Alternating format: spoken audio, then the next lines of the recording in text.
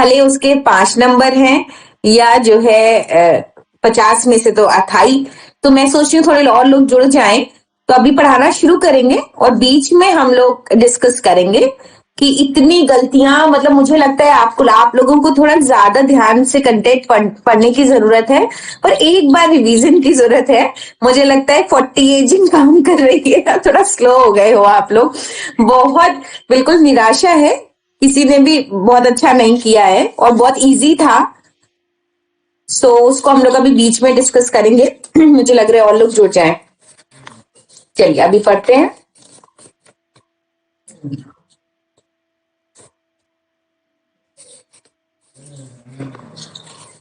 क्योंकि जब तक आप कंटेंट को अंडरलाइन नहीं करोगे, बीच बीच में पढ़ोगे नहीं, तब तक कैसे होगा। मैंने तो इतना कठिन पूछा नहीं था, बट स्टिल बहुत ही निराशाजनक काम हुआ।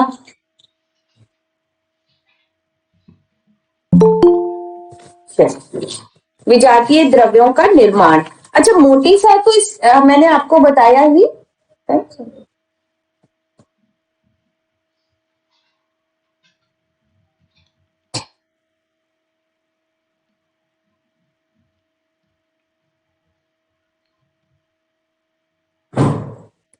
हमने आपको बताया ही कि विजातीय द्रव्य जो है लास्ट क्लास में, कि जो हमारा मॉर्बिड मैटर है विजातीय द्रव्य है, सबसे पहले नेवल मतलब एब्डोमेन में होता है, वहां से फिर वो ऊपर की तरफ उठता है और धीरे धीरे हमारे जो है सिर की तरफ आता है।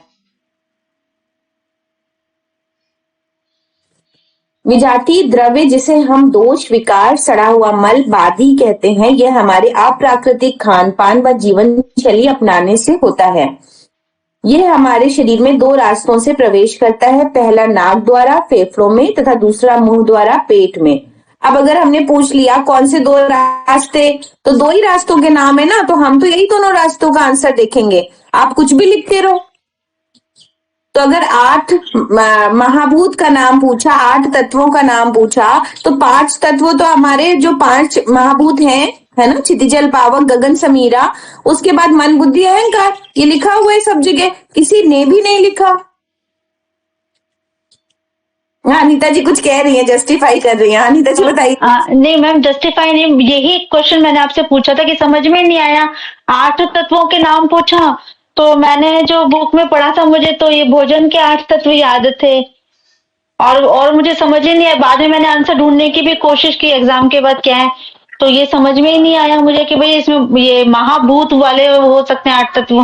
तो मुझे भोजन के 8 तत्व याद थे, तो मैंने वही लिख दिए। यही मेरा कंफ्यूजन था कि आपने कौन सा पूछा था मैम। इस बार थोड़ा जस्टिफाई आप लोग कर गए, तो मैं उसके पहले और भी लिखूंगी कि मैं पूछना क्या चाह रही हूँ एक क्वेश्चन में, है ना। मैम इसमें देखिए, आपको जो लेसन है उसके अंदर है कि 8 तत्व हमारे भोजन के जो 8 तत्व हैं, अगर पंच महाभूत और इन तत्वों के नाम लिखे तो मैम फिर वो एकदम से क्लियर ही हो जाता। बस थोड़ा सा ये कंफ्यूजन मुझे रहा। नहीं, बहुत सारों में कंफ्यूजन है। आपने भी वो बहुत अच्छा मार्क्स नहीं है ना, एक क्वेश्चन का कंफ्यूजन समझ में आता है। चलिए मैम, पेज नंबर क्या है? मैं काफी टाइम के बाद ज्वाइन कर रही हूँ। अच्छा, 9 नंबर पे हैं हम लोग। एक क्लास ही बस कल की है, ये नया क्लास है, ये नहीं पता वो पूरा कंप्लीट हो गया है कालिंदी जी? नो मैम, मेरा एग्जाम था, मैं उसकी वजह से ज्वाइन नहीं कर पा रही थी, तो इसलिए। ये हमारा जो पहला पेपर था ना, जो हम लोग पहले बेसिक एलिमेंट ऑफ नेचुरोपैथी पढ़ रहे थे, ये कंप्लीट हो चुका है। अब ये सेकेंड सिलेबस मिला है, तो सेकेंड सिलेबस में हम लोग वो मुखाकृति विज्ञान पढ़ रहे हैं, फेसिटोलॉजी। तो फेसिटोलॉजी में हमने एक सेशन पहले लिया है और अब 9 नंबर पे हैं, 9 नंबर पेज। तो विजातीय द्रव्य के बारे में पढ़ रहे हैं। वायु तथा पर्यावरण प्रदूषण के कारण फेफड़ों में पर्याप्त आवश्यक वायु न मिलने से विजातीय द्रव्य एकत्रित हो जाते हैं, जिसे हम नाना प्रकार के रोगों के नाम से जानते हैं। इसी प्रकार अस्वाभाविक अर्थात गलत खान पान से शरीर की पाचन शक्ति कमजोर हो जाती है। जब आवश्यकता से अधिक भोजन किया जाता है और बहुत ही चटपटा मिर्च मसाले वाला तला भुना अम्लीय भोजन करते हैं तो शरीर को इसको स्वभावतः मल मूत्र तथा पसीना आदि के द्वारा बाहर नहीं निकल पाता। इस प्रकार ये विजातीय द्रव्य भीतर ही जमा होने लगते हैं, शरीर रक्त में मिलकर रक्त प्रवाह में विघ्न उत्पन्न करते हैं एवं पाचन तंत्र को अव्यवस्थित कर देते हैं। ये विजातीय द्रव्य उसे बाहर निकालने वाले शरीर के कोठों के चारों ओर धीरे धीरे जमा हो जाते हैं और उनके कार्य में रुकावट डालते हैं, फिर ये विभिन्न रोग उत्पन्न करते हैं। इसीलिए एलोपैथ का डाइट और नेचुरोपैथी का डाइट पूरी तरह काम करता है ना। किडनी पेशेंट हो चाहे कोई, नेचुरोपैथी डाइट यही है कि इधर आप उसे ढक देंगे, सीज करेंगे, वो भी प्रॉपर किसी अच्छे मेटल में या मिट्टी की हांडी में, और एलोपैथ वाले कुछ भी खिलाते रहेंगे, मैगी भी खिलाते रहेंगे, किडनी पेशेंट को भी मैगी खिलाते रहेंगे, है ना। और जब बात इस पे आ जाएगी तो वो पानी कम पिलाना शुरू कर देंगे। दोनों ही दशा में बॉडी का फिल्ट्रेशन वो रोक देते हैं, इसलिए पेशेंट कभी वापस नहीं आता एलोपैथ के जाने के बाद। तो नेचुरोपैथी में सबसे पहले है कि आप तला भुना तो बंद करो, डाइट मॉडिफिकेशन, और घर पे रहते हुए इंसान जैसा खा रहे वैसा ही देता है। उसको लगता है चलो थोड़ा सा तो वो खा ले। हमने तो अपने पूरी लाइफ में घर में एग्जाम्पल्स देखे हैं, ब्लड प्रेशर है, किडनी पेशेंट है, कुछ है, अब वो रिलेटिव्स आए, वो तो ऐसा ही खाते हैं। अरे क्या कर रहे हो, तल तल के निकाल रहे हो, और फिर पेशेंट ठीक नहीं हो रहा तो डॉक्टर क्या करेगा। तो सबसे बड़ी चीज है कि डाइट, और डाइट में भी अल्कलाइनिटी उसकी मेंटेन की जाए, मतलब जितना उसका नेचुरल सत्व है उसको मेंटेन किया जाए।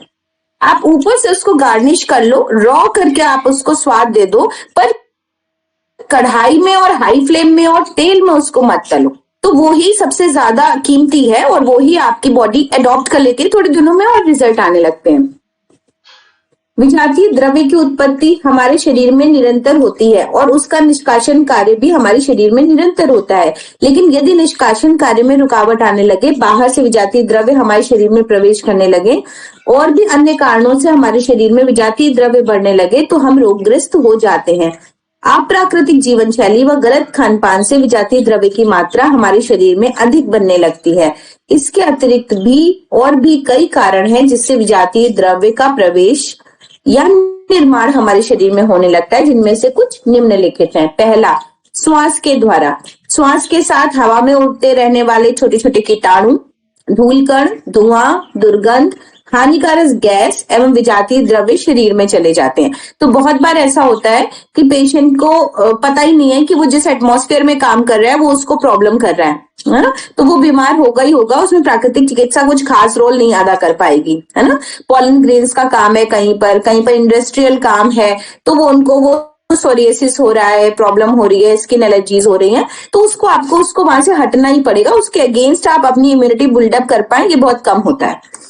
मुंह के द्वारा जल या अन्य खाद्य पदार्थों में मिश्रित कीटाणु और गंदगी आदि शरीर में प्रवेश करती है और शरीर में विजातीय द्रव्य की वृद्धि करती है। तो खाने के साथ जो इम्प्योरिटीज आती हैं, जो बासी खाने से आती हैं, जो तला भुना खाने से आती हैं, जो रॉटन फूड जनरली खाते हैं कि पैक्ड हैं, और फ्लाइट में जनरली, या जब भी हम बाहर जाते हैं या मूवी हाउस में होते हैं, तो बाहर जब भी होते हैं तो वो पैक्ड ही देते हैं और उसके द्वारा भी हमारा बहुत सारा टॉक्सिन्स बॉडी में जाता है। विषैले जंतुओं को काटने से, जैसे सांप, बिच्छू, मच्छर, कीट पतंग काटने से विष शरीर में प्रवेश करता है और शरीर में विजातीय द्रव्य की वृद्धि होने लगती है। विषैली दवाओं के प्रयोग से ये मोस्ट कॉमन है। लिवर प्रॉब्लम जितनी बढ़ रही है वो सिर्फ इसीलिए है, और अभी तो इस तरह के पेशेंट बढ़ रहे हैं, आने वाला टाइम तो नेचुरोपैथ का ही है। ठीक है, इसके आप चिंता मत करो कि 2-3 साल में तो नेचुरोपैथ पे ही आना है सभी को। अभी क्या होता था, हम liver grade 1, grade 2, grade 3 test कराते थे ना, हिपैटोमेगाली, लीवर इनलार्ज है, सिर्फ यही परिभाषा लीवर की लोगों को पता थी, और ग्रेड 2 पर भी लोग अवेयर हो जाते थे कि हमें ग्रेड 1 पे आना है, वॉक, लाइफस्टाइल डॉक्टर ने कही है, डाइट है ना, तला भुना छोड़ना कहा है। फिर अब ग्रेड 3 पता है तो ग्रेड 3 पर थोड़ा थोड़ा एब्डोमिनल पेन, एसिडिटी, ये सब होता था, और ग्रेड 3 आने पे और डॉक्टर लिख देता था भाई लाइफस्टाइल चेंज करिए, वॉक कीजिए, डाइट कीजिए। अब क्या है, लोग ग्रेड 3 हो ना हो, ग्रेड 1 है उसके बावजूद फाइब्रो स्कैन करा लेते हैं। ग्रेड 1 है, लीवर का ऐसा कोई प्रॉब्लम नहीं दिख रहा ना, उनकी बॉडी में ऐसा सिम्टम है, फिर भी फाइब्रो स्कैन करा लिया और फाइब्रो स्कैन में दिखा दिया कि लीवर तो आधा डैमेज हो चुका है। ठीक है। अब वो एकदम हैरान परेशान हमारे पास आए लिख करके, मैंने कही क्यों कराया, आपको कोई दिक्कत है 70 ईयर्स में? नहीं, अब मैं पहले अपोलो वहां वहां जाऊंगा, फिर आप बताता हूं मैं क्या करना है, नेचुरोपैथी करनी है कि नहीं करनी।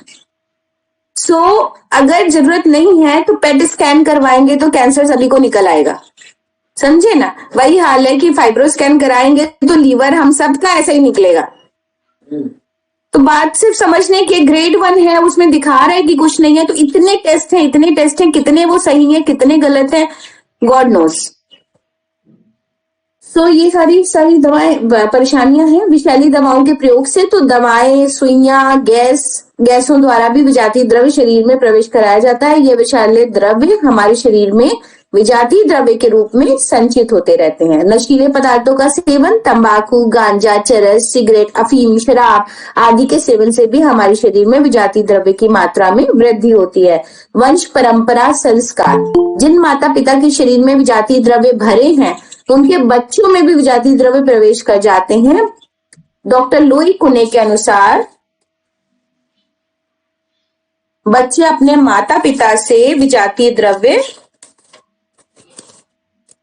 लेकर पैदा होते हैं। माता पिता जब विजातीय द्रव्य से अधिक लदे रहते हैं तब विजातीय द्रव्य पीढ़ी दर पीढ़ी उतरता जाता है। माता पिता की शक्ल जब बच्चों में उतर जाती है तब माता पिता का और विशेषकर माता का भी विजातीय द्रव्य उसी प्रकार के बच्चों में उतर आता है। हम बराबर देखते हैं कि जो बीमारियां माता पिता को होती हैं वे ही बच्चों को प्रायः हुआ करती हैं, ठीक है। इसीलिए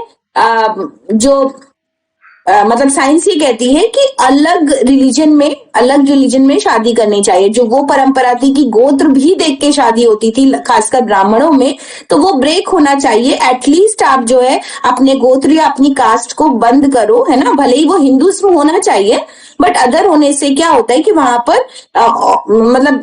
जो डीएनए है ना हमारे वो वहां पे ब्रेक होने के चांसेस हो जाते हैं। अदरवाइज पूरा वो जनरेशन टू जनरेशन चला आ रहा है, यूनिटी हो गई और वो जीन्स और पावरफुल हो गए जिनके कम होने की संभावना बढ़ गई थी। अप्राकृतिक जीवन शैली द्वारा अप्राकृतिक जीवन शैली अपनाने से हमारे शरीर में विजातीय द्रव्य की मात्रा बढ़ने लगती है और हम रोगग्रस्त हो जाते हैं। विजातीय द्रव्य बढ़ने के कुछ निम्नलिखित कारण क्या हैं? भोजन संबंधी गलत आदतें। स्वाद के वशीभूत होकर व्यक्ति आवश्यकता से अधिक भोजन करते हैं और बहुत ही चटपटा, मिर्च मसाला युक्त तैलीय आहार ग्रहण करते हैं। अब आप लोग पढ़ो भाई, बोर ना हो आप लोग इसलिए मेरी आवाज से। पहले अनीता जी पढ़िए जरा एक पैराग्राफ, भोजन संबंधी गलत आदतें, क्योंकि ये मूल सूल एक ही बात बता रहे हैं तब से, लेकिन हम लोग थोड़ा कंटेंट पढ़ लें, जो बीच बीच में होगा वो समझा दूंगी। बताएं। म्यूट ऑफ कीजिए अनीता जी। सॉरी। भोजन संबंधी गलत आदतें। स्वाद के वशीभूत होकर व्यक्ति आवश्यकता से अधिक भोजन करते हैं और बहुत ही चटपटा, मिर्च मसाला युक्त तैलीय आहार ग्रहण करते हैं। अम्लीय भोजन अधिक करते हैं। भोजन में क्षार की मात्रा कम रहती है। आहार ऐसा होना चाहिए,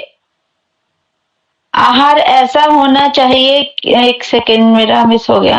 आहार ऐसा होना चाहिए कि उसमें क्षार की मात्रा 80% तथा अम्ल की मात्रा 20% हो, क्योंकि हमारे शरीर में खून की बनावट इसी प्रकार की है।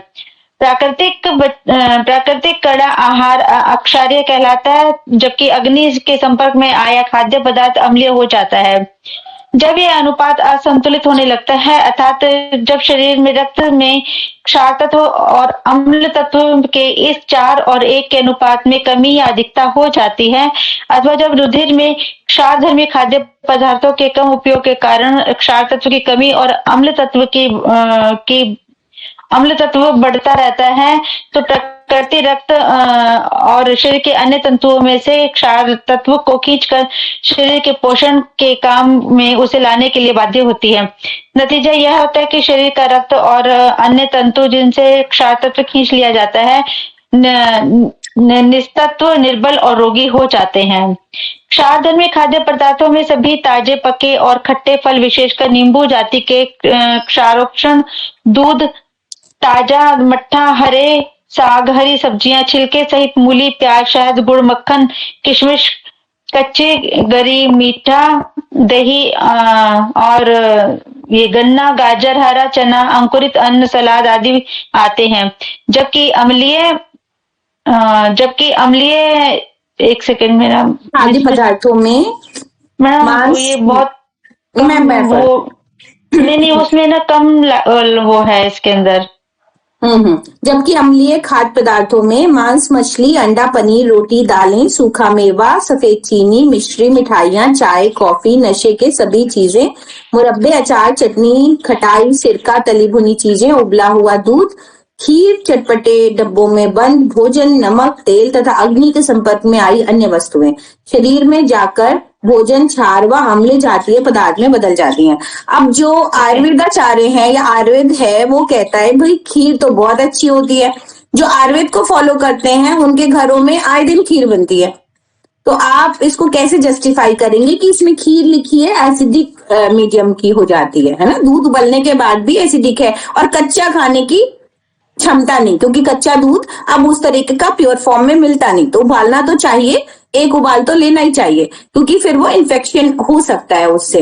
अब ये इसके बाद खीर की बात आई, तो बताइए अभी खीर एसिडिक है, इसका क्या जस्टिफिकेशन है? खाना चाहिए, नहीं खाना चाहिए?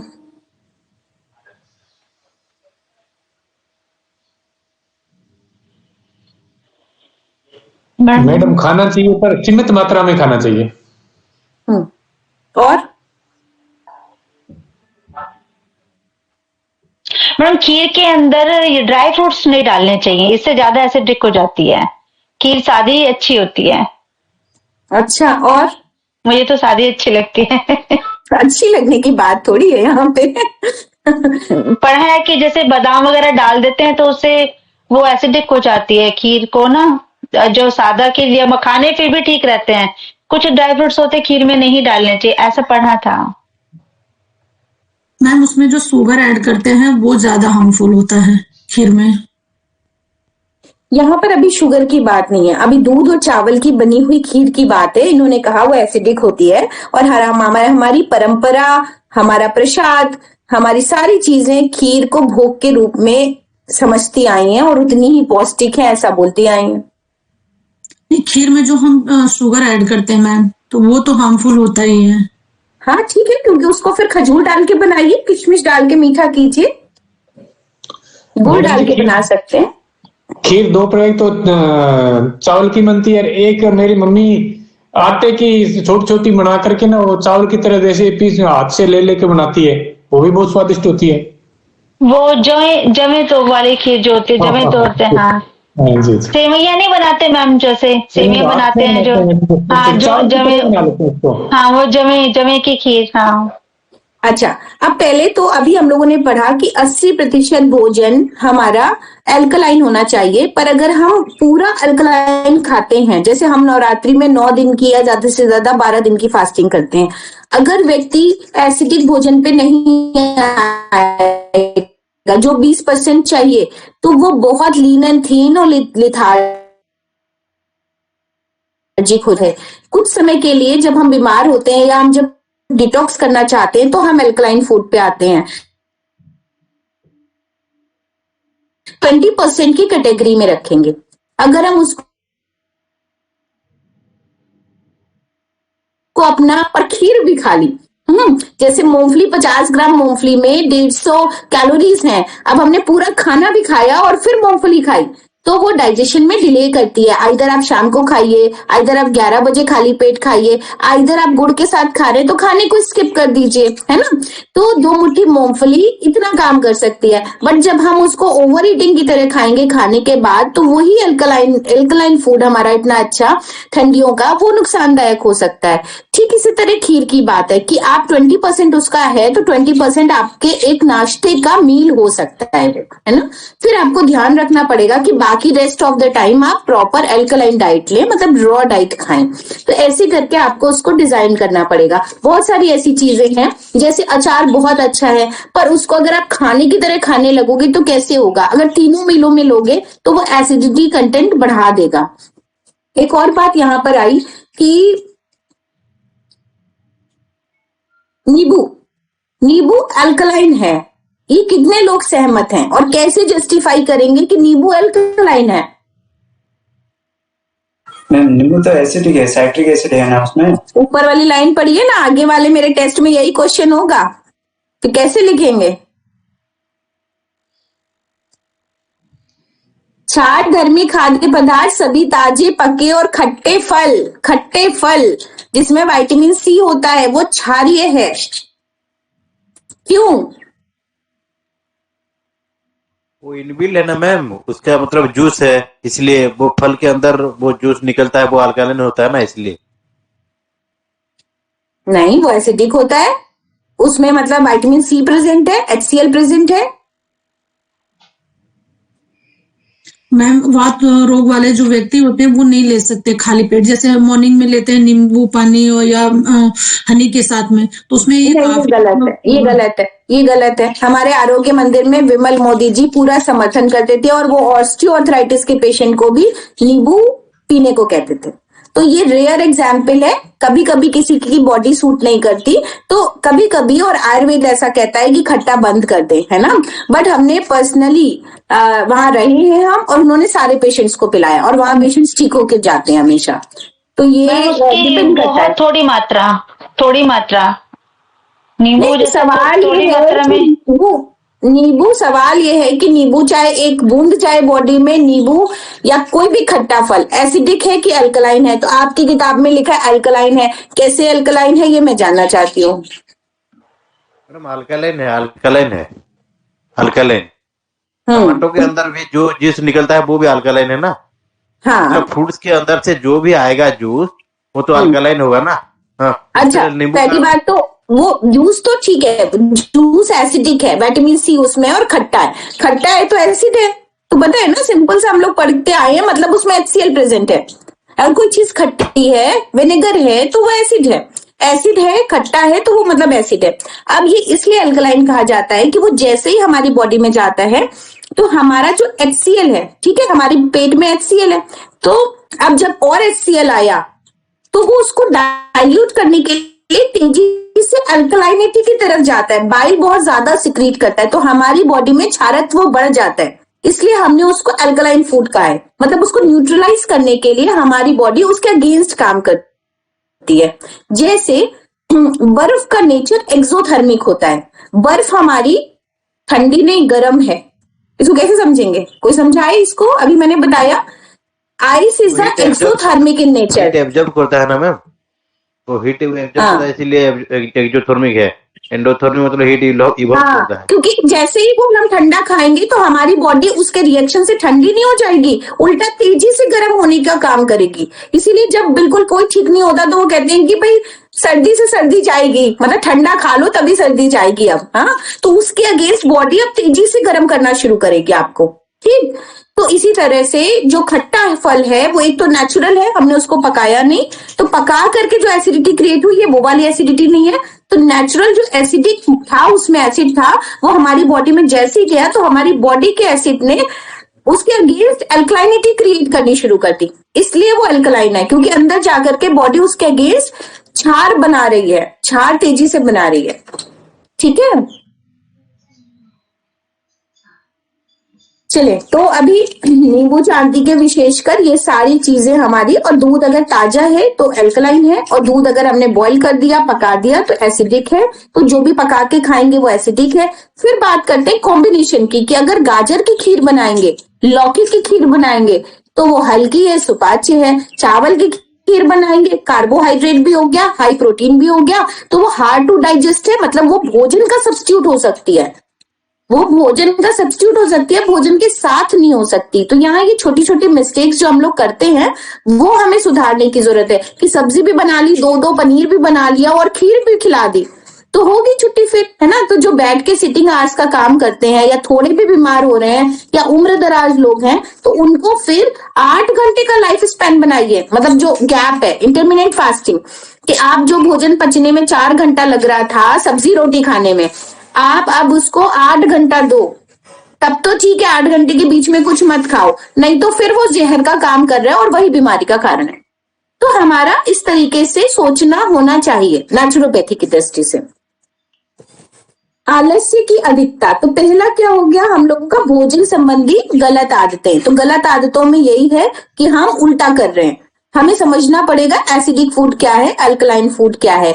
और जितने भी ड्राई फ्रूट्स हैं वो इन नेचर अल्कलाइन है। समस्या बस यही है कि खीर हार्ड टू डाइजेस्ट है, हैवी हो गई है, तो आपको उसको मील का रिप्लेसमेंट करना पड़ेगा। मतलब खाने की जगह आप खीर खा लीजिए, उसमें कार्बोहाइड्रेट भी है, प्रोटीन भी है, ड्राई फ्रूट्स भी डाल दिया आपने, चीनी क्योंकि हार्मफुल है, प्रोसेस्ड है, आपने हटा दी, नेचुरल शुगर का यूज कर लिया, खांड है, गुड़ है, खजूर है, तो वो बस इतनी सी बात है। और वो एसिडिक नेचर की है, तो आप उसके साथ फिर फ्रूट्स ऐड कर लो, तो वो एक आपका अच्छा 7-8 टाइम का मील हो गया। या दिन का मील रखना है, दिन का मील रख लीजिए। तो आप जब डाइट प्लान लिखें तो किसी को उबला ना खिलाएं, आप ऐसा बनाएं, ठीक है। तो नेचुरोपैथ के साथ अगर डाइट प्लान बनाता है कोई, तो उसको खीर अवश्य लिख सकते हैं, ठीक है। खीर खा सकते हैं आप, पर फिर आप 2 कटोरी खीर ही खा लीजिए, सब काट दीजिए। चीनी क्योंकि सही नहीं है, वो चीनी मत खाइए। बहुत पकाने की आवश्यकता नहीं है, उसका सत्य रहना चाहिए। फिर आप उसका ऑप्शन दीजिए कि आप अब गाजर की खीर खाएंगे, ड्राई फ्रूट्स की खीर खाएंगे, या आप इसकी खीर खाएंगे, तो बहुत अच्छा है। देखिए, रील्स के चक्कर में मत पड़िए। मुझे ऐसे लगता है कि कुछ भी कोई प्रमोट करने के लिए, और नहीं देख रहे तो मेरी रील्स देखिए, रोज मैं रील बनवा रही हूँ, पैसा खर्च कर रही हूँ। तो इंस्टाग्राम पे हेल्थ इज वेल्थ ग्लोबल के नाम से मेरा अकाउंट है, health dash is dash wealth global. तो उस पे हम पानी पीने का नियम और मतलब पूरा नेचुरोपैथी ही बोलती हूँ, चाहे वो प्रमोट हो चाहे ना हो, तो मैं गलत मैसेज नहीं जाता,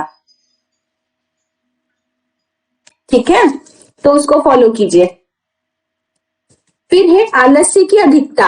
आलस्य की अधिकता से हम अपने शरीर का उचित ध्यान नहीं रखते, मैले गंदे रहते हैं, शरीर की क्रियाशीलता भी कम हो जाती है, स्वच्छता का ध्यान नहीं रख पाते, आसन व्यायाम जो हमें करना चाहिए वो हम नहीं कर पाते, फलस्वरूप हमारे शरीर में विकार उत्पन्न होने लगते हैं, फिर रोग प्रकट होने लगते हैं। धर्म और स्वच्छता, एक होता है सफाई, दूसरा होता है पकाई, दोनों में बहुत अंतर है। पकाई ना यहाँ से परेशान कर देती है, सफाई करिए पर पकाई मत कीजिए। तो क्या हो गया, बहुत ज्यादा लोग उधर डर, धर्म के नाम पे डर फैलाया गया और लोग पकाई की तरफ चले गए, उससे वो ना परेशान हो जाते हैं। तो सफाई की तरफ जाइए कि बॉडी डिटॉक्स कैसे रहे, जो हमारी नेचुरोपैथी का कॉन्सेप्ट है कि अगर हम फास्टिंग करेंगे किस तरह से फास्टिंग करें जो हमारे शरीर को सूट करे, है ना। अब घर में 11 बजे अगर कोई खाना खाने के लिए आ रहा है और हम लड़ाई करे पड़े हैं, अरे जिस दिन हमें सूट करता है, जिस दिन सबके लिए कंफर्टेबल है, हम उस दिन फास्ट रख लें, है ना। तो उस हिसाब से सबको लेते हुए चलना चाहिए। तो आलस्य ज्यादा नहीं होना चाहिए, क्योंकि बीमार वो भी है जो बहुत आराम कर रहा है, फिर बीमार वो भी है जो बहुत काम कर रहा है। तो हमें एक मॉडरेट तरीके से देखना पड़ेगा कि व्यक्ति अगर बीमार हो रहा है या हम बीमार हो रहे हैं, तो हमें क्या चीज कम करनी है और क्या चीज बढ़ानी है। अनियमित भोग विलास। अनियमित भोग विलास से मनुष्य कमजोर, अस्वस्थ हो जाता है, उसकी जीवनी शक्ति क्षीण हो जाती है, शरीर अंदर से खोखला होने लगता है, पाचन शक्ति कमजोर हो जाती है, आंख गाल धस जाते हैं, नाना प्रकार के रोग शरीर में उत्पन्न होने लगते हैं, सिर के बाल पकने लगते हैं, असमय ही बुढ़ापा आने लगता है। आज की पीढ़ी व नवयुवकों में यह अधिकता से देखा जाता है। विभिन्न रोगों की उत्पत्ति से पूर्व हमारे शरीर में विजातीय द्रव्य संचित रहता है, फिर रोग के रूप में प्रकट होता है, ठीक है। तो अभी हमारे पास एक एग्जाम्पल देती हूँ। यूथ आते हैं जो, उनको हम कहते हैं कि भैया एनाल ईचिंग कोई बीमारी नहीं है। एनाल ईचिंग जो है वो आप जिस दिन अच्छा सोएंगे, अच्छा फाइबर खाएंगे, पेट अच्छा साफ होगा, बाहर का नहीं खाएंगे, खाने के साथ कोल्ड ड्रिंक नहीं पिएंगे, तो ठीक हो जाएगी। अब उस पे जब तक वो हमारा पैकेज लेके 10-15 हजार रुपए नहीं खर्च कर लेंगे, तब तक उनको लगता है कि नहीं प्रॉब्लम तो है। अब उसके बाद भी वो कहते हैं कि हमें कभी कभी तो मैडम प्रॉब्लम होती है। तो मैंने कहा आप उसी दिन होती है जिस दिन आप बाहर कोल्ड ड्रिंक पीते हैं, तो मैं कभी नहीं पी पाऊंगा।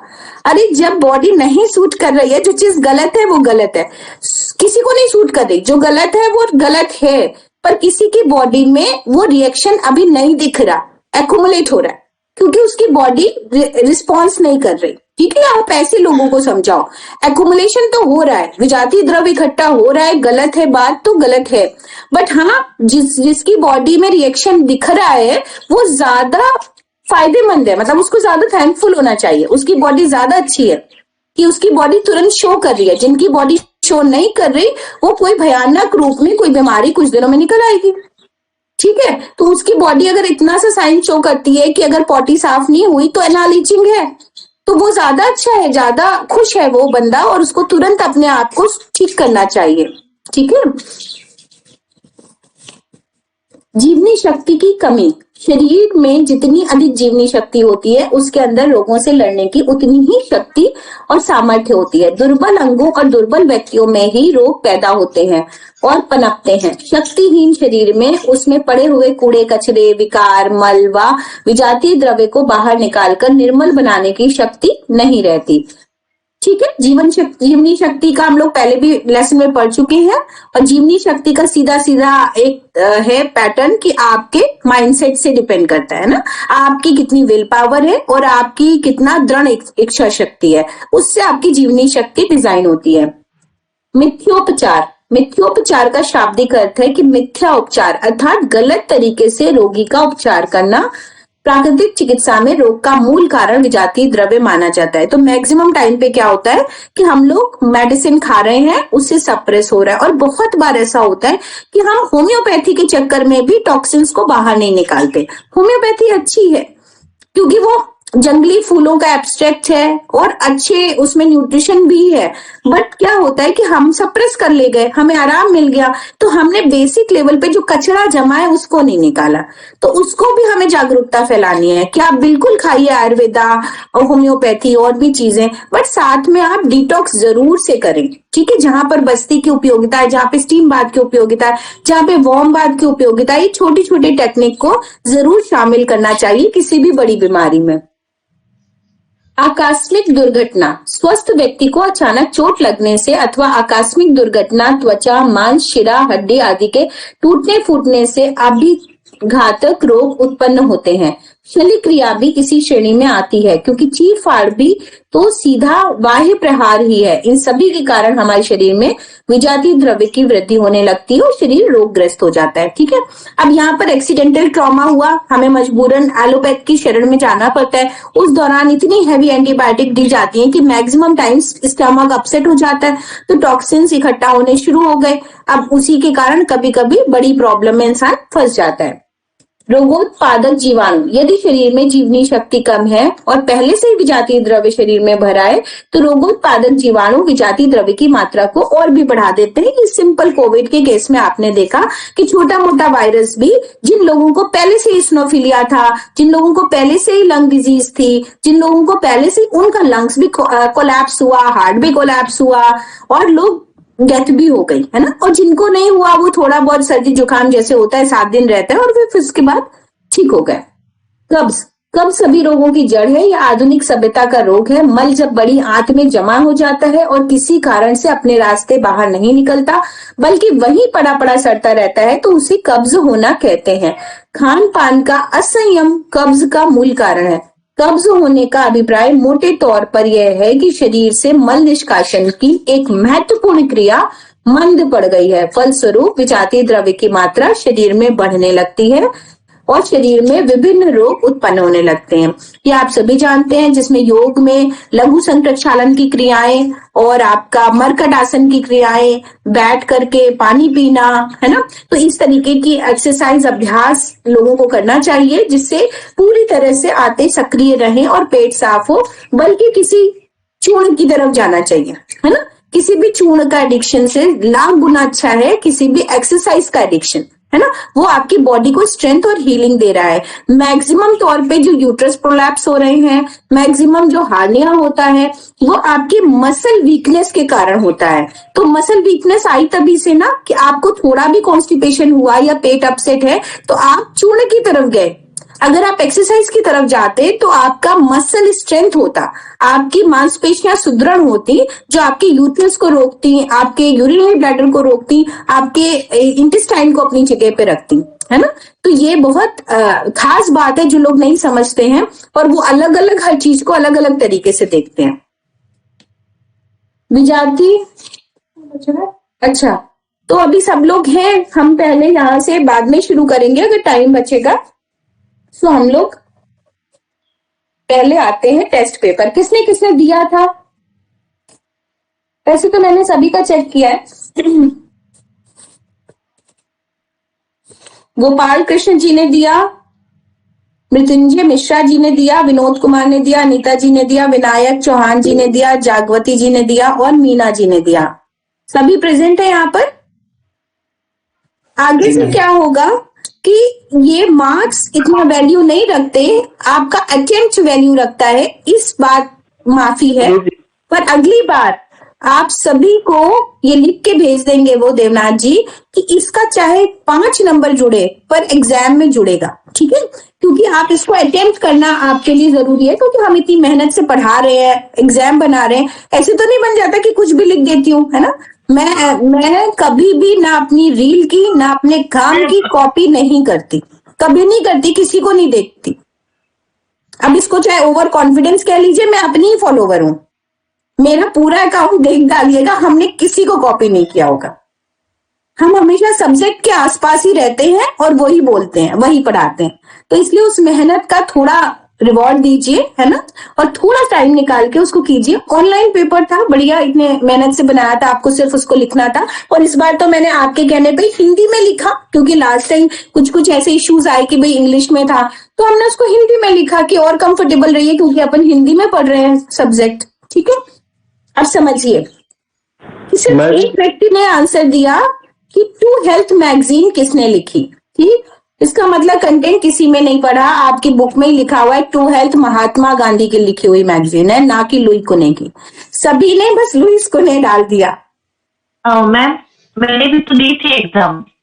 हाँ, एग्जाम मैंने भी दी थी। एग्जाम आपका क्या नाम है? वंदना। नहीं वंदना जी, आपने सबमिट नहीं किया। मेरे पास जो एग्जाम्स आए, कुछ ना कुछ गड़बड़ हुआ होगा, वो इन्हीं लोगों के आए, ठीक है? तो अगली बार आप देख लेना कि कैसे सबमिशन हुआ है कि नहीं, एक बार कंफर्मेशन ले लीजिएगा, ठीक है? सबमिट करने के बाद। और स्टेज पे दिया था, अभी सेकंड जो लिया आपने वो भी मैंने दिया था। नहीं, फर्स्ट तो मुझे याद आ रहा है, लेकिन सेकंड का तो नहीं पहुंचा है हमारे पास, ठीक है? तो अभी समझ लीजिए, पहला क्वेश्चन था, मैंने महात्मा गांधी लिखा था। क्या लिखा था? महात्मा गांधी लिखा था। अच्छा, तो आप ही का सही होगा फिर। हाँ, पता तो पहले आंसर्स बता दूं कि पहले मार्क्स बता दूं? दोनों ही बता दीजिए। पहले आंसर बता देते हो, ठीक है? मीना जी जुड़ी हो क्या आज? मीना जी नहीं जुड़ी है, हाँ, ठीक है। टू हेल्थ मैगजीन लुई कुने ने नहीं लिखी, महात्मा गांधी ने लिखी है। स्थूल शरीर के 5 अंग, ये तो समझ आ रहा है ना, उसमें लीवर, पेनक्रियास, गॉल ब्लैडर क्यों लिखना है? स्थूल शरीर के अंग हैं अपान, समान, प्राण, उदान, व्यान, ठीक है, जो लिखने चाहिए थे, ठीक। और क्योंकि आपके तो लिटरेचर में यही पढ़ा रही थी, और कौन सा पूछ लूंगी। 5 कोशों के नाम, अन्नमय, प्राणमय, मनोमय, विज्ञानमय और आनंदमय।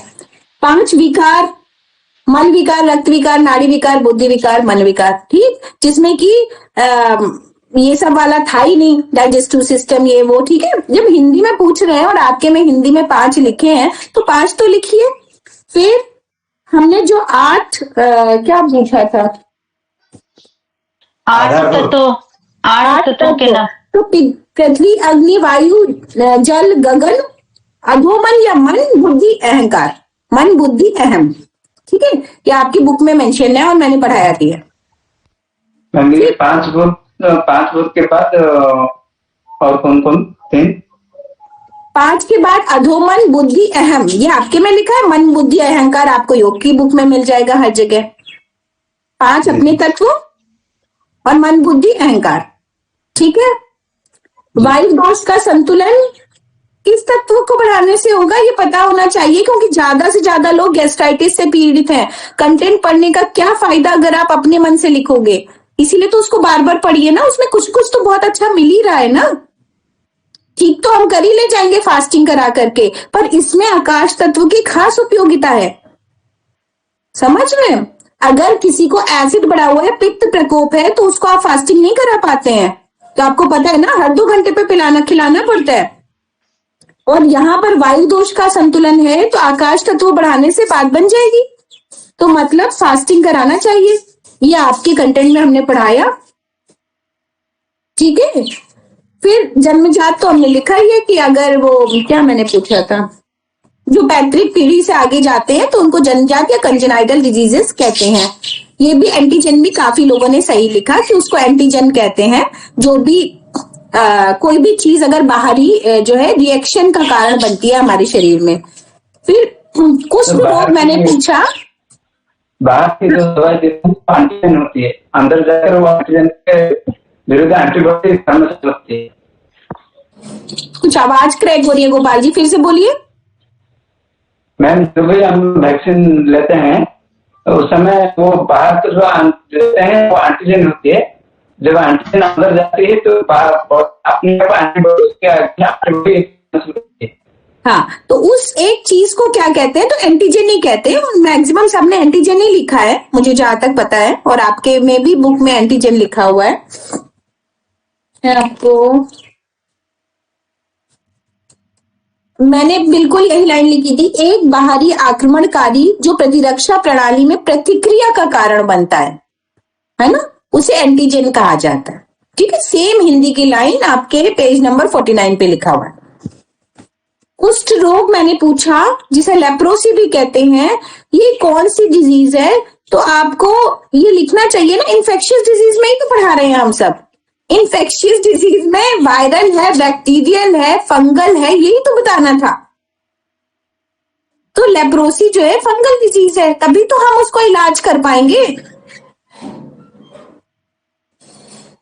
Sorry, bacterial, Mycobacterium leprosy bacterial disease है। हाँ, मैं कुछ और सोच रही थी और बोल गई, बैक्टीरियल डिजीज है। उदान वायु का स्थान संपूर्ण शरीर, बहुत सारे लोगों ने लिखा, इतना अच्छा समझाया इतनी देर। उदान वायु आपका ये आज्ञा चक्र और थ्रोट चक्र, विशुद्धि चक्र, तो सिर का हिस्सा आपका उदान वायु का होता है।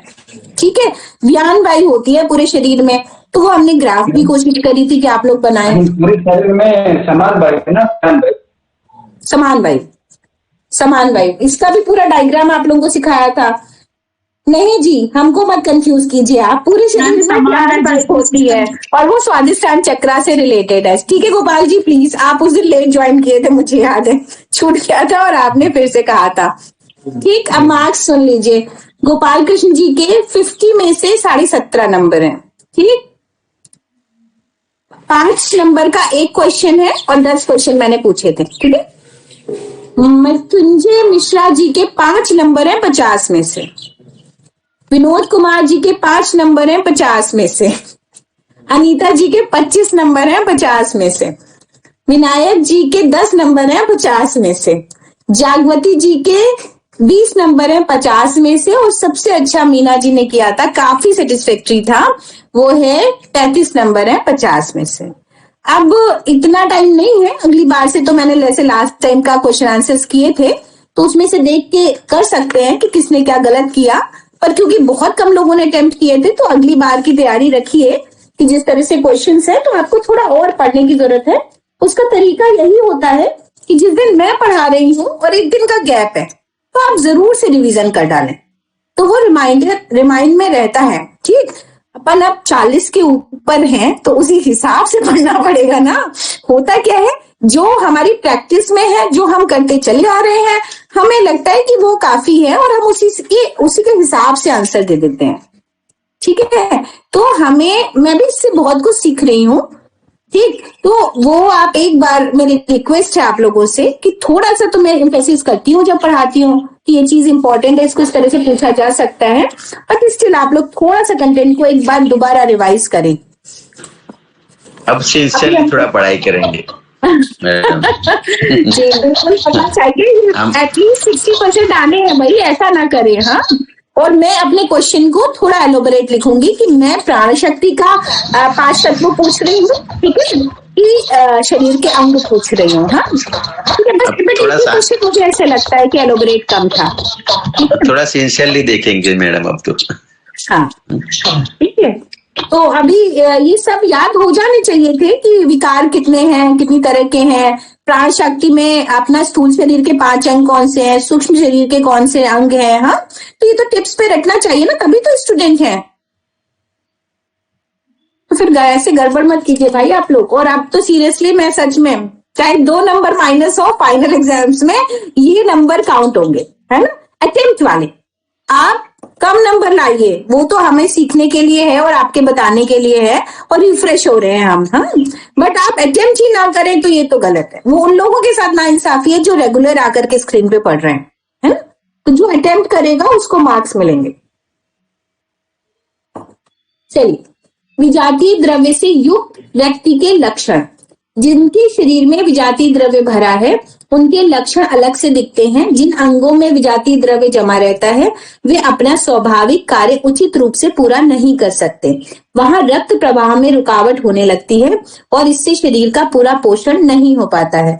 जहां विजातीय द्रव्य बहुत अधिक जमा हो जाता है वहां अंग छूने पर ठंडे जान पड़ते हैं। अब देखिए ये कितना इंपॉर्टेंट बात है कि ठंडा, जब मैं ऐसा लोगों को बताती थी कि आपने देखा होगा कुछ लोगों का हाथ और पैर बड़ी गर्मी में भी ठंडा रहता है, पसीने से भीगा रहता है, तो मैं उनको कहती थी कि भाई आपको नर्वस सिस्टम डिसऑर्डर है ना, आप बहुत जल्दी एंग्शियस हो जाते हैं ऐसा करके। तो क्या मतलब हुआ, नाड़ी विकार, ठीक, मतलब पर विकार तो है ना, जमा है, पर विकार जब जमा है तो वो उसके अंग जो है ठंडे जान पड़ेंगे। तो ये भी इंपॉर्टेंट है ना कि ठंडा है कि गर्म है, और ये हमें पता है पर इस लैंग्वेज में नहीं पता। तो नेचुरोपैथी पढ़ने का मतलब तो यही है कि हम इस लैंग्वेज से आंसर दे सकें। पहले शरीर के अग्रभाग हाथ पैर ठंडे जान पड़ते हैं, पर जल्द ही जल्द दूसरे अंगों के हिस्सों पर भी इसका असर होने लगता है। मतलब हमारी बॉडी का वार्मथ हमारा मेन साइन है, मुख्य ये कि हम ठंडे हो जाएंगे तो खाना भी हजम नहीं होगा ना। तो हम कोल्ड ब्लडेड नहीं है ना, तो हमारी बॉडी बहुत वार्म नहीं पर वार्म की तरफ होनी चाहिए। तो ठंडा होना हमारे हाथों का, पैरों का, ये शो करता है कि हमें कोई ना कोई विकार जमा हो रहा है, विजातीय द्रव्य जमा हो रहा है। विजातीय द्रव्य गैस के रूप में मस्तिष्क में पहुंच जाता है, वहां सर में दर्द होने लगता है। अब दूसरा क्वेश्चन बनता है विजातीय द्रव्य कहाँ फैलता है, तो नाभि पे इकट्ठा हुआ पेट में, और पेट से ऊपर की तरफ आया, तो नीचे नहीं जाएगा, पहले वो ऊपर की तरफ आएगा। तो नाभि ने उस नाभि को डिस्टर्ब किया, पेट को डिस्टर्ब किया, फिर लीवर को डिस्टर्ब किया, फिर फेफड़ों को डिस्टर्ब किया या हार्ट को डिस्टर्ब किया, फिर थ्रोट को डिस्टर्ब किया, टॉन्सिलाइटिस हो गया, आपका लैरिंग्स वोकल कैविटी चोक हो गई, है ना, फिर आपके साइनस एडेनॉइड हो गए, फिर आपके माइग्रेन हो गया। तो रूट क्या है, आपका नेवल, आपका कॉन्स्टिपेशन वहां इकट्ठा हुआ और वहां से ऊपर की तरफ फैलना शुरू करा। सिम्टम क्या है, हाथ पैर ठंडे होना, फलस्वरूप पारस्परिक संघर्ष के कारण सिर गर्म होता है, और अगर मल अधिक होता है तो उसकी गर्मी से बुखार भी आ जाता है। शारीरिक अस्वस्थता के अतिरिक्त ऐसे मल भार युक्त लोगों की आकृति भी बिगड़ने लगती है, जो अब हमारे फेसियोलॉजी, मुखाकृति विज्ञान, कैसे हम शक्ल को देखकर पहचान लें कि ये व्यक्ति बीमार है और इसका विजातीय द्रव्य कहाँ जमा है और किस ग्रेड का है। ठीक है, तो हमें शरीर को देख के, क्योंकि हम लोग तो सिम्टोमैटिक इलाज करते हैं ना, मतलब लक्षण के आधार पे इलाज करते हैं, तो हमारा चेक करने का तरीका शरीर को, आकृति को देख करके ही पहचानना चाहिए। मुखाकृति खराब होकर मस्तक भी बेडौल हो जाता है, गर्दन अपेक्षाकृत छोटी या बड़ी दिखलाई पड़ती है, अनेक लोगों का मुंह फूला हुआ जान पड़ता है। ऐसे फूले शरीर को कुछ लोग स्वस्थता, पुष्टता या शक्ति का चिन्ह समझते हैं, परंतु उनका यह विचार सर्वथा भ्रमपूर्ण होता है। यह लक्षण शक्ति की वृद्धि के ना होकर मल भरे जाने से होता है ना। तो वो जो चब्बी चीक्स का फॉर्मूला था वो बच्चों तक सीमित है। अगर बड़े चब्बी चीक्स होते हैं तो उनको ध्यान देने की जरूरत है। तो उनको अपने पेरेंट्स को अननेसेसरी ऐसे नहीं कहना चाहिए, अरे वाह तो लड्डू गोपाल हो गया, बड़ा सुंदर हो गया, है ना। उनको कॉन्शियस रहना चाहिए कि बच्चों का वजन बढ़ रहा है, या चेहरा भी भारी हो रहा है, गला भारी हो रहा है, वजन वेइंग स्केल पे भले ही उतना हो तो वो कहीं ना कहीं टॉक्सिन्स एक्युमुलेट हो रहे हैं। छाती ऊंची नीचे हो जाती है, पेट आगे लटकने लगता है, टांगे खंबे के समान दिखाई देने लगती हैं। कुछ लोगों के मल अधिक मात्रा में शरीर के भीतरी भागों में ही रहता है, इसलिए उनके शरीर में झुर्रियां पड़ जाती हैं, है ना। अगर मान लीजिए उनका वजन नहीं बढ़ा, चेहरा भी ठीक है, पर रिंकल्स बहुत तेजी से आ रहे हैं, नॉर्मली आना ठीक है, कुछ लोगों के बहुत ऐसा लगता है कि बहुत ज्यादा एजिंग दिख रही है, तो उनका वो विकार ही है उनकी बॉडी में जो ऐसे क्रिएट हो रहा है। और खाल लटक जाती है, गर्दन को इधर उधर फेरने से खाल तनने लग जाती है। मुख का रंग फीका पीला या बहुत लाल हो जाता है। शरीर का रंग यदि बहुत चमकने लगे तो यह भी विजातीय द्रव्य इकट्ठा होने के लक्षण है। कैसे चमकने लगता है शरीर का रंग? अगर कोई गोरा है तो बहुत गोरा दिखने लगता है। ऐसा कब होता है? जब स्वेलिंग आती है, जब किसी के चेहरे पे सूजन बड़ी होती है, चिकनापन आता है, तो रिंकल्स भी नहीं होंगे और शाइनिंग भी ज्यादा होगी और वो गोरा भी व्यक्ति ज्यादा लगेगा, उसका रंग साफ हो जाएगा। ठीक है। विजातीय द्रव्य से भरे शरीर की कुछ मुख्य पहचान है कि उसके शरीर के किसी न किसी भाग में, हालांकि आज का व्यक्ति ना इन सबको नॉर्मल मान रहा है, तो अभी हम लोग इसको ढूंढने चलेंगे तो हर व्यक्ति में ये सब दिखेगा, तो वो मानेगा ही नहीं कि ऐसा कोई हमें लक्षण है या हमारे, तो ऐसे सभी के अंदर विजातीय द्रव्य है, पर किस लेवल का है ये समझना पड़ेगा। उसके शरीर के किसी न किसी भाग में दर्द रहेगा, सिर दर्द, कमर दर्द, पीठ में दर्द और भी किसी अंग में दर्द। कब्ज या अतिसार होगा, मतलब या डिसेंट्री या कॉन्स्टिपेशन, दोनों ही खतरनाक हैं। अगर कोई व्यक्ति कहता है कि हम जैसे ही खाते हैं लूज मोशन हो जाता है, या हर 2 दिन पे पेट पतला हो जाता है, लूज मोशन हो जाता है, तो वो भी कॉन्स्टिपेशन के ही शिकार है। हम तो हम उसके पेट की चिकित्सा वैसे ही करेंगे। मल त्याग के पूर्व या बाद में कमजोरी फील होना, काम करने में कष्ट का अनुभव होना या थोड़ी भी काम करने या मेहनत करने या चलने से कष्ट होना, हाफ जाना, शरीर का भार एकाएक कम या अधिक होना, हृदय में भारीपन, दबाव का अनुभव, वक्ष स्थल को कष्ट या उसके आसपास के हिस्से में कष्ट का अनुभव होना, शरीर में कमजोरी, शरीर के ऊपरी हिस्से अथवा नीचे के हिस्से में गर्मी की कमी, कभी कभी एकाएक शरीर का ठंडा हो जाना, वाणी में विकार, कफ का लगातार 2-3 सप्ताह तक निकलना, भूख का कम लगना, उदर के दाईं और बाईं ओर पीड़ा होना या भारीपन रहना, बार बार मूत्र त्याग करने जाना, बार बार सर्दी जुकाम होना, किसी कार्य में मन न लगना, सुस्ती रहना, थकान अनुभव होना और विजातीय द्रव्य से भरे शरीर के लक्षण है। विजातीय द्रव्य से भरे व्यक्ति को नींद नहीं आती, मन बुझा बुझा निराशा से भरा होता है, कई प्रकार के मानसिक विकार भी हो जाते हैं। भय, निराशा, काम, क्रोध, आशंका, अहंकार आदि उसे घेर लेते हैं। जब विजातीय द्रव्य बहुत अधिक हो जाता है तो रोग, भय, पीड़ा एवं निराशा से व्यक्ति ग्रसित हो जाता है और जीने की आशा छोड़कर व्यक्ति आत्महत्या तक का विचार करने लगता है। ठीक है, तो यहीं तक रखते हैं। व्यक्ति को हर हाल में अपना आहार विहार ठीक करना चाहिए, प्राकृतिक चिकित्सा को अपनाकर विजातीय द्रव्य को हटाने का पूर्ण प्रयास करना चाहिए। तो अभी इसका सारा मतलब समीक्षा कौन बताएगा? अभी आज मैंने जो पढ़ाया उसकी क्या समीक्षा थी और क्या ऐसी खास बातें हमें याद रखनी है?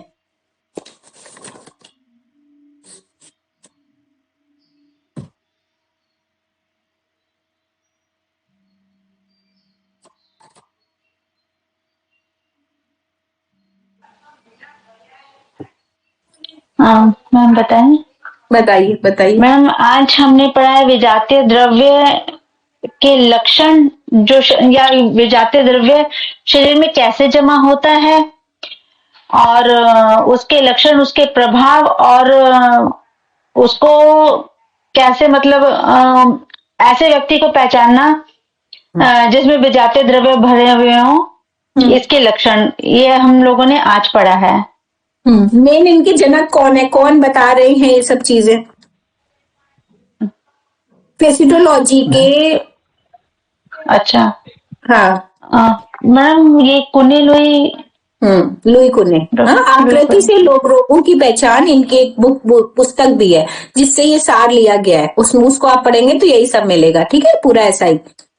तो फेसिटोलॉजी, मुखाकृति विज्ञान, लुई कुने का आविष्कार भी है, उनकी किताब भी है। ठीक, और इसमें आपका वर्ड भी आया है लुई कुने के अनुसार। हाँ, तो बच्चे, सही बात है, वो डीएनए के थ्रू जाता है या जन्मजात होता है बहुत कुछ, तो टॉक्सिन्स जब बहुत ज्यादा ओवरलोडेड होंगे तो बच्चा भी उसी तरीके से उसको इनहेरिट करता है। दूसरा और बताइए। जो खाद्य के बारे में बताए थे, भोजन संबंधी जो शारीरिक अल्कलाइन या एसिड खाद्य खाने से हमारे जो के बारे में हम जानकारी पाए हैं। जो 80-20 का रेशियो है वो हमें फूड में ध्यान रखना चाहिए और समय समय पर इसीलिए उपवास बनाए गए हैं कि उपवास में आप फल और सब्जियां बढ़ा देंगे, ठीक है। इसीलिए वन टाइम का उपवास फेमस है ना, सोमवार का व्रत, बुधवार का व्रत। तो वन मील का कॉन्सेप्ट कहां से आया कि आप एक मील खाएंगे 20% एसिडिक डाइट लेंगे, सिंपल। पूरे दिन में आपको यही था कि पूरे दिन हम नहीं खाएंगे, नमक भी नहीं लेंगे, चीनी भी नहीं लेंगे और सात्विक जो भी फल है उसी पे रहेंगे। यही कल्चर था। या दूध, तो दूध को रॉ और प्योर फॉर्म में मिलता था हमें और वन टाइम मील का कल्चर था। तो भले ही आप जो है वन मील में कुछ भी पका लेते थे, बेसन का हलवा हो गया, ये हो गया, पराठे भी हो गए मान लीजिए, तो भी वो 20% ही हुआ। फिर वो धीरे धीरे पूरे दिन वो तला हुआ मूंगफली और तला हुआ आलू, तला हुआ ये सब चलने लगा और उसका कॉन्सेप्ट ही बदल गया। तो अब उसका क्या हो गया कि आप तब एक ही मील खा रहे थे, अभी वही कुक्ड मील, और आपका कहना है अरे ये तो खाया जाता है। खाया जाता है इसे मतलब नहीं है, मतलब ये है कि अब ये पूरे दिन एसिडिक डाइट हो गई और फिर अगेन हम डेली वाले ही रेंज में आ गए जो 80% एसिडिक डाइट हम ले रहे हैं, ठीक है। तो किसी एक दिन इस तरह की फास्टिंग करने का रिवाज था और वन मील का रिवाज था और वो धर्म के हिसाब से बना दिया गया था, बढ़िया एकदम, कि आपकी शादी के लिए, पति के लिए, बच्चे के लिए कुछ ना कुछ हिसाब किताब बना के कोई ना कोई एक व्यक्ति जरूर जाएगा पंडित के पास और वो किसी ना किसी वार के चक्कर में पड़ी जाएगा, तो वो स्वस्थ रहेगा डायरेक्टली इनडायरेक्टली, है ना। तो वो एक कॉन्सेप्ट था। बाकी अल्कलाइन और एसिडिक को ध्यान में रखना चाहिए। जैसी थोड़ी सी भी बीमारी हो तो हम ये समझें कि हम अल्कलाइन डाइट कम ले रहे हैं और सीधे सीधे अपना खुज्जा बढ़ा दें, है ना, डाइट में। और बताइए कोई समीक्षा कि कोई भी एक क्या नई चीज हमने सीखी इसके अलावा? एसिडिक चीज के बारे में, एसिडिक खाना कौन सा है और अल्कलाइन कौन सा है? तो जब कोई कहेगा कि नींबू तो एसिडिक है और हमें एसिडिटी हो रही है, तो ये सच है कि एसिडिटी अगर हो चुकी है तो मतलब उसमें HCl का लेवल जो उसकी बॉडी में है ना, वो नॉर्मल व्यक्ति से बढ़ गया है, तो तब हम उसको नहीं खिलाएंगे। तो एसिडिटी के ट्रीटमेंट में नींबू और खट्टे फल और टमाटर वर्जित है, पर नॉर्मल व्यक्ति अगर नींबू लेता है तो वो अल्कलाइन नेचर का है, ठीक है, और हमारी बॉडी उसको कंपनसेट करने के लिए ज्यादा अल्कलाइनिटी सिक्रीट करती है, ठीक है। बट इसको स्टिल हम लोग नेक्स्ट पे फिर डिस्कस करेंगे। मैं खुद भी एक बार पढ़ूंगी कि मैं और अच्छा क्या इसमें कुछ रह गया अगर, तो है ना, समझने के लिए कि लेमन आप सब भी पढ़िएगा, क्योंकि जैसे आप गूगल सर्च करते हैं, यूट्यूब नहीं, गूगल सर्च करिए, गूगल सर्च करके जनरल्स आते हैं, उसमें पढ़िए कि वो क्या लिखते हैं, तो वो ऑथेंटिक होता है। जब रील बनाते हैं ना आप कुछ भी, तो होता क्या है, आप 1 सेकेंड में, 1 मिनट में पूरी बात नहीं कह पाते और उससे पब्लिक भी मिसगाइड होती है और आपको तो मसाला डालना है, मतलब व्यक्ति को, क्योंकि उसका रील प्रमोट हो, तो वो बहुत ऑथेंटिक नॉलेज कभी नहीं हो सकती, है ना। तो उस पर मत समय वेस्ट करिए। तो दालें क्या हुई भाई? दालें हमारी एसिडिक है कि अल्कलाइन है? दालों में प्रोटीन सबसे ज्यादा होता है, ये एसिडिक मान जाते हैं, क्योंकि प्रोटीन एक सीमा तक ही चाहिए होता है शरीर को, एक उम्र तक ही चाहिए होता है शरीर को। अरे चाहिए भाई, मतलब हमारी जो सेल्स टीयर हो रही हैं उनके लिए चाहिए, खाने चाहिए, पर दालें एसिडिक में आती है मैम। अगर हम उन्हें अंकुरित करेंगे तो वो अल्कलाइन बन जाएंगे मैम। हाँ, जब कुक्ड दालें जितनी भी हैं, पॉलिश्ड दालें और कुक्ड दालें एसिडिक हैं। जब हम उन्हें रॉ भिगो करके यूज करते हैं और अंकुरित यूज करते हैं तो वो मोस्ट अल्कलाइन है, ठीक। तो ये थोड़ा सा ध्यान देने वाली बात है। इसीलिए हम लोग नेचुरोपैथ वाले दालें ज्यादा नहीं खिलाते, है ना, या साबुत मूंग खिलाएंगे या दालें नहीं खिलाएंगे। उस पर बड़ा सारा कंट्रोवर्सी है एलोपैथ को लेकर के, हमको तो हर कोई पकड़ लेता है, ठीक है। और इसमें क्या ऐसी चीज थी, प्याज खाना चाहिए नहीं खाना चाहिए?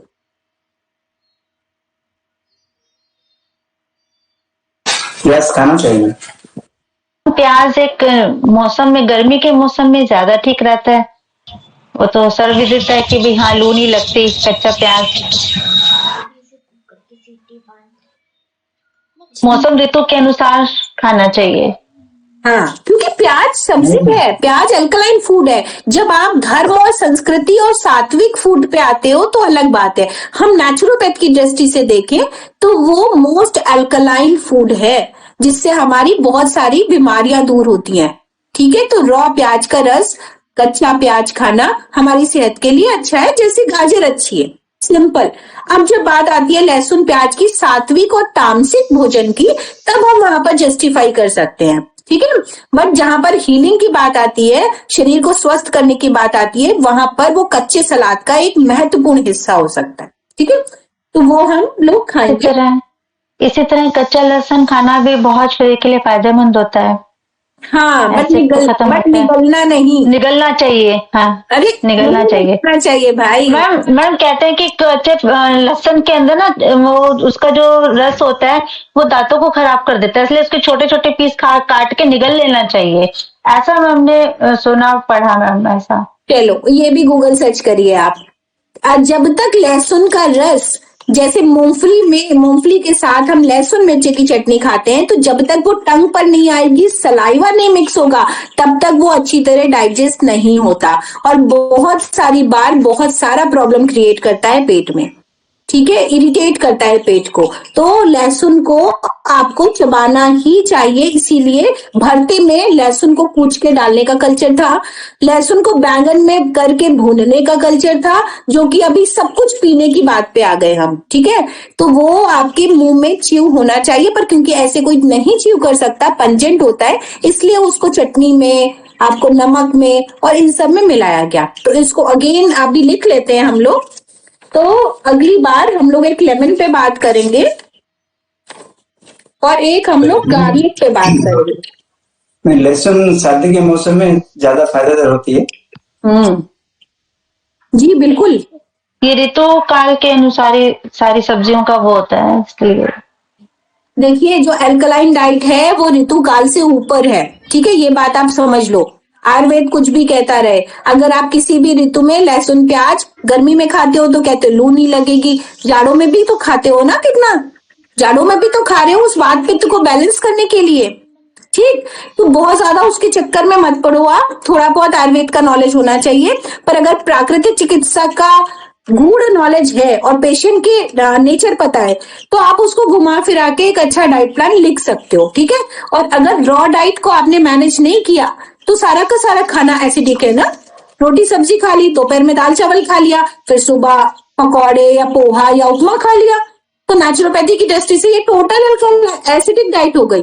सब कुछ कुक्ड है, समझ रहे हैं ना। तो हमको इसमें कुक्ड या बॉइल्ड या रोस्टेड डाइट को बढ़ाना पड़ेगा। ठीक, तो इसी के साथ हम लोग थोड़ा लेमन और गार्लिक पे स्टडी करेंगे, प्रॉपर ऑथेंटिक स्टडी करेंगे कि उसे कैसे खाना चाहिए, कब खाना चाहिए, क्यों खाना चाहिए, और लेमन क्यों अल्कलाइन है। ठीक, मैंने तो अपना पॉइंट रखा ही है, बट स्टिल आप लोग अगर उसको देखेंगे तो आप लोगों का थोड़ा ट्रस्ट और बढ़ेगा। ओके, चलिए नेक्स्ट क्लास में मिलते हैं हम लोग इसी में आगे विजातीय द्रव्य के साथ।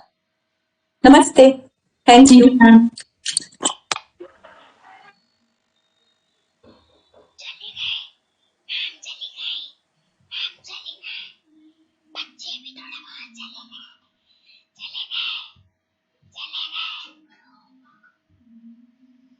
नेक्स्ट क्लास स्टार्ट कर दो।